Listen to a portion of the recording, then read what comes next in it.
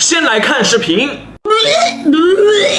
这个是小鸟伏特加果冻，酒精含量有85度，是1颗就会醉，2颗就会睡的果冻。我已经吃了3颗了。哇，真的有这么神奇吗？真的是1颗就能醉，2颗就能睡的果冻吗？你们相信吗？我不相信。买回来了，此时此刻你们关注我，我也会给你们回关。看一下，哇，五颜六色的小鸟伏特加果冻。它这后面还有一个提示语啊，未成年人对饮酒过敏者请勿饮用，食用后请勿驾驶车辆，老人、孕妇以及儿童请勿食用，请勿一口吞食。真的有这么厉害吗？我可是喝一瓶啤酒就能倒的人，这要是吃完以后到底会变成什么样呢？尝一下。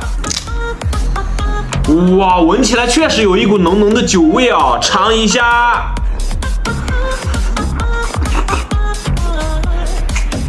真的有一股鸡尾酒的味道，再来一个，第二个绿色的，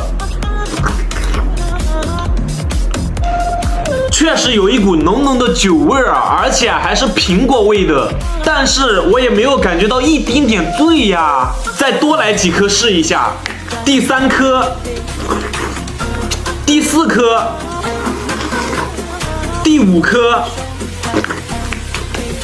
这也没有啥感觉呀，不是说好了1颗就醉，2颗就睡吗？但是我现在都吃了5颗了，一点上头的感觉都没有，难道是时间太短了吗？那我们就再等几个小时看一下，如果有后续的话，下个视频给你们更新。